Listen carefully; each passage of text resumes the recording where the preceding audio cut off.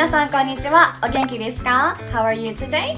I hope you're all doing great. So, today we're going to look at two big grammars. Ta-da! Something 後で something something and something 前に something something. But before that, I want to use this time to thank you all the support that you've been giving me. And if it's for your first visit to my channel, welcome! I upload grammars, vocabularies, phrases that you can use in Japan. So I really appreciate if you could give me thumbs up, comments down below, and subscribe to my channel. Okay, so let's go back to the grammar part. So today, as I said, ta-da! Again.Something 後で something something and something 前に something something. Do you know these two grammars? In these two grammars, there are a lot of forms that you have to use and remember, and then it could be a little bit tricky, but stay with me. You'll be able to understand, okay? So 心配しないでね. Don't worry. Let's do it together. 一緒に頑張りましょう. Number 1. Something 後で something something.Okay, let's talk about grammatical part. So, something 後で this first, let's say A 後で B. A.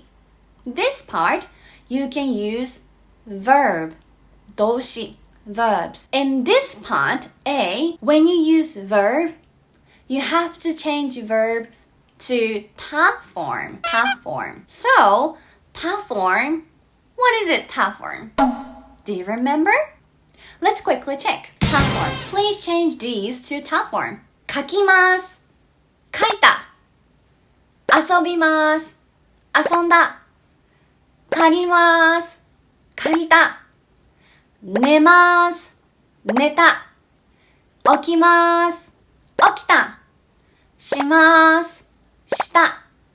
来ます。来た。Like this.These are the ta forms. Okay, today I'm not going to get into the details of this ta form, but make sure you remember you have to use ta form to this grammar. A 後で B. A, this part. Okay? So let's look at the example sentences. Number 1. 図書館で勉強した後で友達と遊びます。図書館で勉強した後で友達と遊びます。That means after I study in the library, I will hang out with my friends. After I study in the library, I will hang out with my friends. So, whenever you use this 後で A 後で B, in this case 図書館で勉強した後で図書館で勉強した will be the first thing that you will do, and B will happen after you've done this A. 図書館で勉強した Okay, so A happens first and B happens next. Another example sentence. 電車に乗った後、家に宿題を置いてきてしまったことに気づいた。電車に乗った後、家に宿題を置いてきてしまったことに気づいた。It's a little bit long sentence, but let's do it one by one. So, 電車に乗った後、after getting on the train, 気づいた。The last part means I realized that I left my homework at my home. ねえ、ちょっと心配だね。If I were this person, I would be like,What should I do? How should I tell to my teacher? But, okay, this time, this example sentence, 電車に乗った後で after getting on the train, I realized that I left my homework at my home. So the point here is A, the first sentence before 後で this A 後で A part happens first, and then B, the next sentence will happen. This action will happen. Okay? 大丈夫ですか? So now you know this pattern. A 後で B using verb. So now you know how to use this grammar. Something 後で something using verb. But you can also use noun before 後で. So noun plus の後で B. Be careful, you have to add not when you use noun. Noun の後で B. Okay?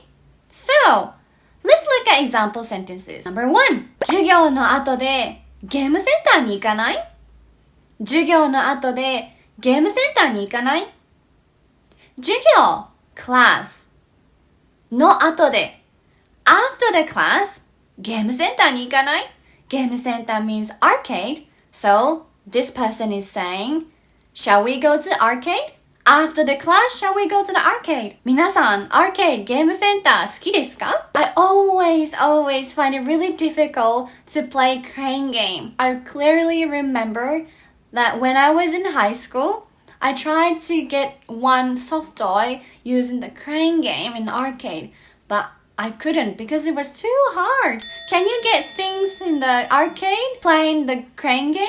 If you know how to get these things, please comment down below. I will try. Okay, another example. 仕事の後でジムに行きます。仕事の後でジムに行きます。That means after the work, I will go to the gym. After the work, I will go to the gym. So please remember, something 後で something. Verb plus 後で。他form verb plus 後で something something. And noun の後で something something. But one key point is this first A part will happen first and then B part will happen next. 頑張ってね。Okay, let's look at the next grammar. Something 前に something something. And this time we're going to look at these three grammars using 前に. So the first one is verb plus 前に something something. And the second thing we're going to look at is noun plus の前に something something. And the third thing that we're going to look at is 期間前に something something.And this 期間 means duration, time. So we put time things here. Okay, but let's look at the first one. Verb plus 前に something something. And do you remember just now when we used something 後で it was たform was the verb that we were using. But this time 辞書形 dictionary form plus 前に. Let's quickly check dictionary form. 書きます。書く。遊びます。遊ぶ。借ります。借りる。寝ます。寝る。食べます。食べる。起きます。起きる。します。する。来ます。来る。These are the dictionary form. Ut sounds, right? And the meaning of this grammar is before blah blah blah, before A, I will do this. Before A, I will do this. Because 前に means before, okay? So, let's look at example sentences. バスに乗る前に酔い止めを飲んでおきます。バスに乗る前に酔い止めを飲んでおきます。So, バスに乗る前、バス is bus でしょ？乗る means 乗ります。So equal to get on. So, before getting on the bus, 酔い止め is a medicine for car sick. So, 酔い止めを飲んでおきます。I will take a car sick medicine. Before getting on a bus, I will take a medicine for car sick. 皆さんどうですか？ How about you guys? I always take this medicine so that I don't feel really sick in the vehicle, especially car. If someone is driving, I feel really sick. I'm not saying that this person is driving really crazy or something. It's just my body cannot handle this. How about you guys? Do you sometimes have a car sick, like nauseous or feel like vomiting feeling when you are in the vehicle, like plane, car, bus?Please let me know. Comments down below, okay? Another example sentence. 寝る前に新しい単語を10個覚えます。寝る前に新しい単語を10個覚えます。皆さんどうですか？ So that means before I sleep.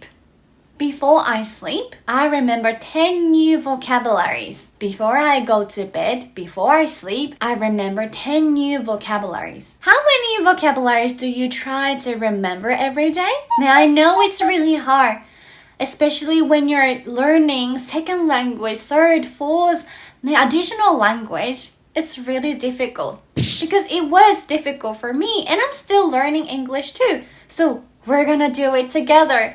皆さんは日本語 You guys learn Japanese. I learn English. 英語頑張ります。Okay, the second one, using the noun. Noun plus の前に blah blah blah.